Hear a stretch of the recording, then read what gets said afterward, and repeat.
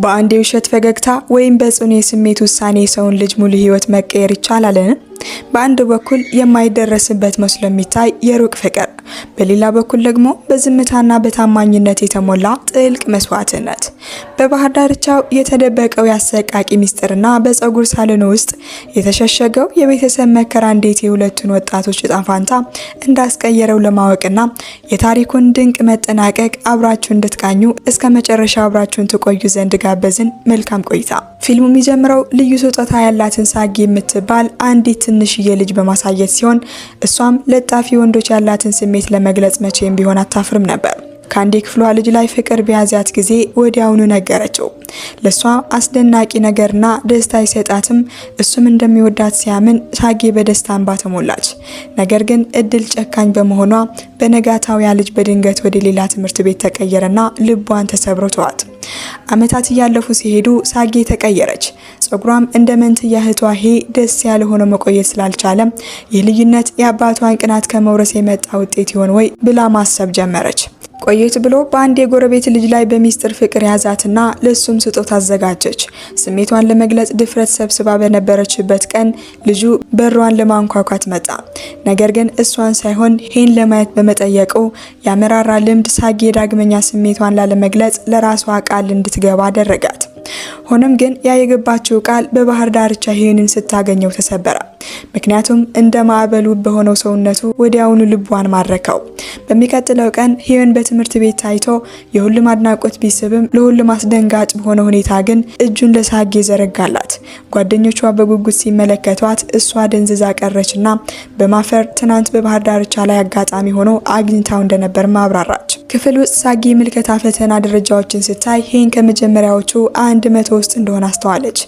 ይህም ወደ ማታ ጥናት ክፍል የመግባት መብት ይሰጠዋል። በዚያ ክፍል ውስጥ ስሜትን መግለጽ ማለት ይሳካል የሚሉ ወሬዎች ቢኖሩም የሳጊ ውጤት ለመግለጽ በጣም ዝቅተኛ በመሆኑ ተስፋ ቆርጣለች። በእረፍት ጊዜ እሷንና ጓደኞቿን ሄንን ቅርጫት ኳስ ሲጫወት ከተመለከቱ በኋላ በአድናቂ ልጃገሮች በተከበበ ጊዜ ሳጊ ጎልታ ለመታየት ወሰነችና ለሱ መጠጥ ገዝታ ስሟን በመጻፍ የካንቲኑ ባለቤት እንዲያደርስላት ጠየቀች። ነገር ግን በዚያ ቀን ብዙ ልጃገረዶች ተመሳሳይ ጥያቄ አቅርበው ስለነበር የካንቲኑ ባለቤት ተበሳጨ። ከቤት ውጭ ሳጊ ለሄን የውሃ ብርጭቆ የያዘችውን የጠቆረ ጸጉር ያላትን ጓደኛዋን አገኘቻት። ከትምህርት ቤት በኋላ ሄን እንደገና ይታያል በሚል ተስፋ ሳጊ ወደ ባህር ዳርቻ ተመለሰችና ባህር ውስጥ ጠበቀችው። ነገር ግን በምትኩ ሌላ ልጅ ታየ። የወደቀውን የስንባጅ አነሳላት። ሸሚዟ ወደ ውሃው ሲንሳፈፍ ለመያዝ ሲሞክር ግን ወደ ውሃው ወደቀ። እሷን ስለማይችል ሳጊ ልታድነው ሮጣ ወደ ዳርቻው ጎተተችውና የመተንፈሻ እርዳታ ለመስጠት ዝቅ ባለችበት ወቅት ከንፈሮቹን ሳይነኩ በድንገት ነቃ።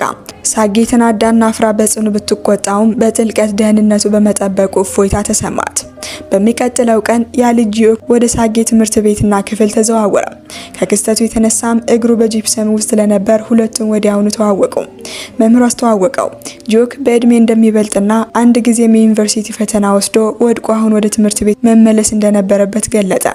ሳጊ በሞቆታ ሰላም ብትለውም እሱ ግን ቀዝቃዛ ፊት አሳይቶ ጥቂት ተናገረ። በሚቀጥለው ጠዋት በጂፕሰሙ ሲቸገር አየችውና ለመርዳት ብትሞክርም እሱ ግን እምቢ አላት። ተቆጣጣሪው ሌላውን ተማሪ ዚኦን ግን በከንቱ ስለቆመ ተቆጥቶ በሱ ምትክ እንዲረዳ አዘዘው። ቆየት ብሎ ሳጊ የስንባጇን ስላላደረገች ተቆጣች። የጠፋ ይመስላል በማለት ብትዋሽም እውነት ግን አሁንም ባልመለሰላት ጂኦክ ዘንድ ነበር።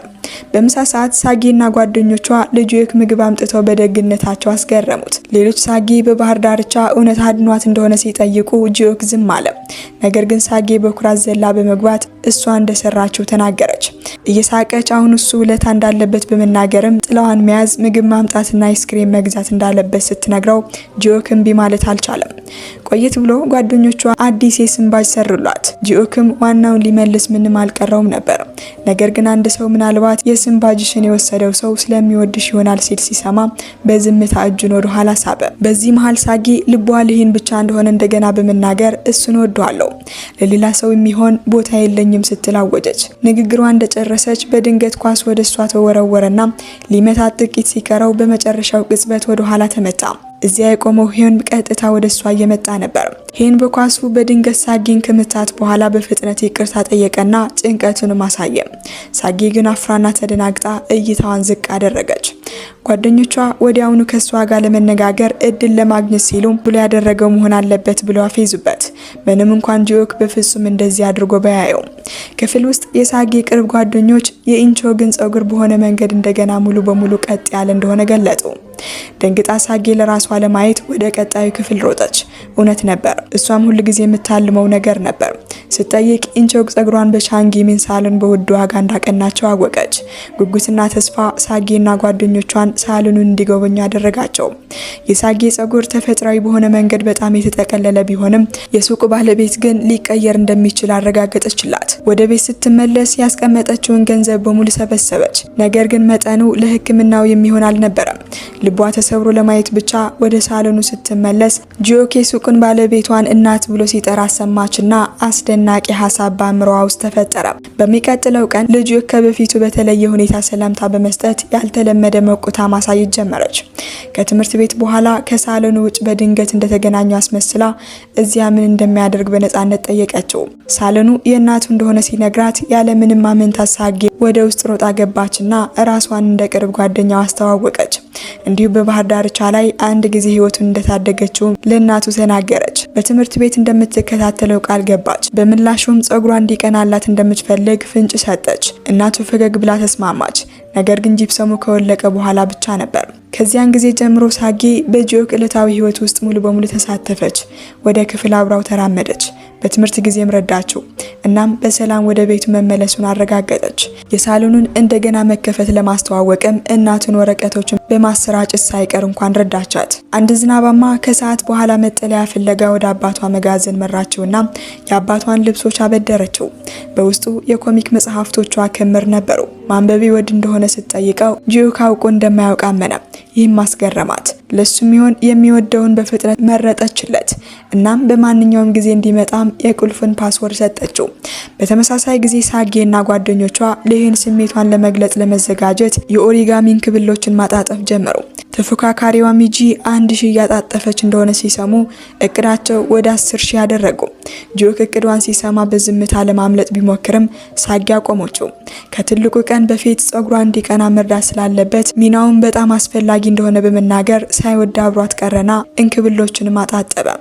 ቆየት ብሎ ሳጌ በማታ ጥናት ክፍል ውስጥ ሊሆን ስሜቷን ለመግለጽ ትክክለኛ ቦታ እንደሆነ በማመን ከሷ ጋር ቦታ እንዲቀያየር የክፍሏን ልጅ ለመነች።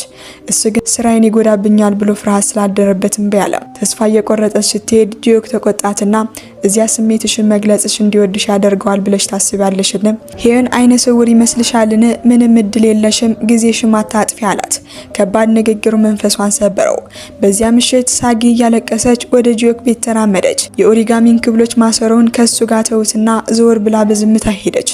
ቆየት ብላ ወደ አባቷ መጋዘን ስትመለስ በሩ ተከፍቶ አገኘችው። በውስጡ ጂኦክ አሁንም በህልሟ ተስፋ ሳይቆርጥ ኮሚክስ ሲያነብ ተቀመጠ። ሳጌ ጸጉሯ ቀጥ ካለ በኋላ ብቻ ሊሆን ስሜቷ እንደምትገልጽ ተናገረች። እሱ ሊወዳት የሚችለው በዚያ መንገድ ብቻ እንደሆነ በማመን ጂኦክ ከዚያ ባለፉት ጥቂት ቀናት ውስጥ በሚስጥር ሲያጣጥፍ የነበረው የኦሪጋሚን ክብሎች የተሞላ ማሰሮ አወጣ። ይህን ክብል እውነት ምን ማለት እንደሆነ ሲጠይቃት ሳጌ ደንግጣ በለስላሳ ምላሽ ሰጠች። የኔን ያንተንና የጓደኞቼን በሙሉ ስሜት ይዟል። ይህን ባይቀበለኝ እንኳን አብረን ያሳለፍነውን ጊዜ ማስታወሻ አድርጌ ይህንን ማሰሮ ይዘዋለሁ አለች። በሚቀጥለው ቀን ሳጌ ወደ ትምህርት ቤት ሊወስደው ወደ ጂኦክ ቤት ሲደርስ እግሩ ከጂፕሰሙ ነፃ ሆና አገኘችውና በጣም ደስ አላት። እናቱ ከዳነ በኋላ በመጨረሻ ጸጉሯን ማቅናት እንደምትችል የገባችውን ቃል ማሳሰበቻት። ሳጌ ፈገግ አለች። ነገር ግን ሊሆን ስሜቷን ለመግለጽ ካቀደችበት ቀን በፊት ባለው ቀን ድረስ ለመጠበቅ ወሰነች። በትምህርት ቤት ተማሪዎች በመጨረሻው የምልክታ ፈተና ውጤት ዙሪያ ተሰበሰቡ። የሁሉንም አስገርመው የጂኦክ ስም ከከፍተኛ ደረጃዎች መካከል ታየ። ሳጌ በማታ ጥናት ክፍል ውስጥ ቦታ የሚይዝላት ሰው እንደሚያስፈልጋት አውቆ ያለ ረፍት ሰርቶ ነበር። ጂኦክ ሳጌ ወደ ማታ ጥናት ክፍል ገብታ ስሜቷን የመግለጽ ምኞቷን እንድታሟላ ቦታ ለመቀየር ካቀረበ በኋላ የሳጌ ልብ ለመጀመሪያ ጊዜ በብርሃን ተሞላ። ነገር ግን ደስታዋን ለማክበር ሳትችል የምትወደው ልጅ ይሄን በፈተና እንደወደቀ ወሬ ተሰራጨ። እድል እንደገና በህይወቷ ላይ እየተጫወተች ያለች ያህል ተሰማት። አንድ ቀን አንዲት ጎረቤት ወደ ሳጌ ቤት መጥታ ስለ ጃንጊሚ ቤተሰብ፣ ስለ ጸጉር ሳሎኑ ባለቤቶች ከእናቷ ጋር ተነጋገረች። የጃንጊሚ ልጅ ጂኦክ በትምህርት ቤት ውስጥ ከሚገኙት በጣም ብልህ ተማሪዎች አንዱ እንደሆነና አባቱ ታዋቂ በሆነ ዩኒቨርሲቲ ሆስፒታል ውስጥ ፕሮፌሰር እንደሆነ ተናገሩ። የሳጌ እናት እንዲህ ያለው የተሳካለት ቤተሰብ ለምን ወደዚህ ለመዛወር እንደተገደደም ገረማት። ጎረቤታ መራራውን እውነት አብራራች። ባሏ በቅናት የተዋጠ ስለነበር ብዙ ጊዜ ሚስቱን ይበድል ነበርና ተስፋ መቁረጥን ወደ ልጁ ይመልስ ነበር። ይህም ልጁ እንዲጎዳ እንዲገለልና በትምህርት ቤቱን ፈተናዎችን እንዲያመልጥ አድርጎታል። አቅራቢያ የተቀመጠችው ሳጌ ሁሉንም ነገር ሰማችና ልቧ ተሰበረ። በዚያ ምሽት በአባቷ መጋዘን አቅራቢያ ስታልፍ ሳጌ መብራቱ በስራ ላይ እንደዋለ አስተዋለች። በውስጡ አባቷ ከጂኦካ ፈጣን ኑድል ሲካፈሉ አየች። አባቷ በውስጡ ብዙ እንዳለና በሚፈልግበት ጊዜ ሁሉ ሊጠቀምባቸው እንደሚችል በመናገርም የሚጣል ካሜራ እንኳን ሰጠው። በሚቀጥለው ጠዋት በትምህርት ቤት ሳጌ ስለሚመጣው ሽርሽር የሚናገር ፖስተር አስተዋለችና ወዲያውኑ ሊሆን ስሜቷን ለመግለጽ እንደ ትክክለኛ እድል አድርጋ ማሰብ ጀመረች። እሷና ጓደኞቿ ስለ እቅዱ ሲወያዩ ሄና አጠገባቸው አለፈ። እንደ ሁሉ ጊዜውም እጁን ለሳጌ ዘረጋላት። እንደገና ልቧ ዘለለ። በስፖርት ክፍል ውስጥ ሁሉም ለሃንድቦል ጨዋታ ጥንድ ሆኑ። አንዲት ልጅ በፍጥነት ከሄን ጋር ጥንድ ሆነች። ይህም ሳጌ ከጂኦክ ጋር እንድትሆን አደረጋት። ጨዋታው ተወጠረ። ሄዮን ሰማያዊውን ቡድን አላመጣም። ሳጌ ጥቃት ልታደርስባት አበቃች። ነገር ግን ጂኦክ ደጋግሞ ከለላ ሆናት። ከዚያም በፍቅር የጥንቃቄ ቅጽበት ሳጌ ይህንን ለመጠበቅ ራሷን በኳሷ ፊት ወረወረች። ይህም ድርጊት ጂኦክን በጽኑ አሳዘነው። በዚያ ምሽት ሳጌ በጨዋታው ወቅት ስላዳነችው ከሄን የምስጋና የድምጽ መልእክት ደረሳትና በጣም ደስ አላት። ነገር ግን ከጥቂት ቅጽበታት በኋላ ሌላ መልእክት ደረሰ። በዚህ ጊዜ ከጂኦክ ነበር። ድምጹ በጭንቀት የተሞላ ነበር። ህመም ላይ እንደሆነችም ጠየቃት። እሷን ጥሎ በመሄዱ ራሱን ተቆጣ። እናም ግትር እንዳትሆንና በፍጥነት እንድትድን ቅባት እንዲገዛላትም ነገራት። ሳጌ ሁለቱንም መልእክቶች ስታዳምጥ ስሜቷ ተዋጀ። አንዱ በደስታ የሚሞላ፣ ሌላው ደግሞ በሞቅታና በግራ መጋባት የተሞላ ነበር። ቆየት ብሎ ወደ ሳሎኑ ሄደች። እዚያም የጂኦክ እናት ጸጉርን እንድታጣጥበው ጠየቀቻት። ሁለቱም በሁኔታው ቅርበት ውስጥ እፍረት ተሰማቸው። ነገር ግን ጂኦክ ከሻምቦ በፊት በድንገት ኮንዲሽነር ሲቀባ እናቱ በግራ መጋባት ፊቷን አጠቆረች። ምክንያቱም የተሻለ እንደሚያውቅና እንደነዚህ ያሉ ስህተቶችን መቼም እንደማያደርግ ስለምታውቅ ነው። በፍጥነት ይቅርታ ጠይቆ ወጣ። ሳጌ ደግሞ በስሜቱ ላይ መጠራጠር ጀመረች። የትምህርት ቤቱ ሽርሽር ደረሰ።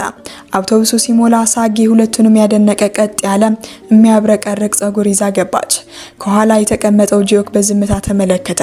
ደስታው ግን የጨለመ ነበር። በሽርሽር ቦታ ላይ ሳጌ ካርቶን እንክብሎችን ማሰሯን በጥንቃቄ ቢሆን ወንበር ላይ ያስቀመጠች። በዚያች ሌሊት ቡድኑ ለስሜቷ መግለጫ የሚሆን ልዩ ቦታ አዘጋጀ።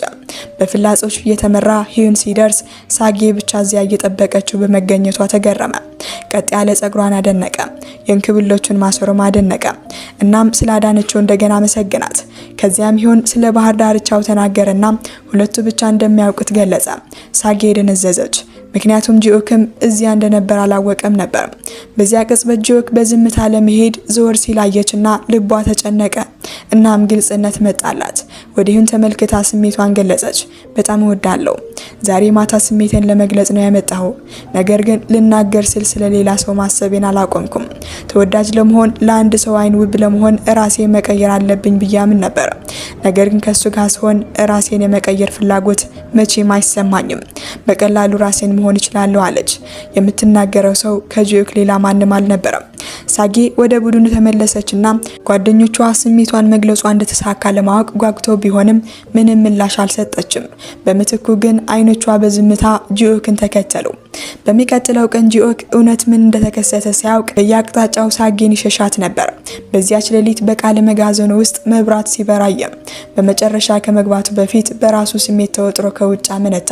ሳጌ እዚያ እንደምትጠብቀው አውቆ ነበር። በመጋዘኑ ውስጥ ባለው ጠረጴዛ ላይ ሳጌ በዝምታ ለጂኦክ አዳዲስ መጽሐፍትን አዘጋጅታ ነበር። ሁለቱም ለጥቂት ጊዜ በዝምታ ተቀመጡ።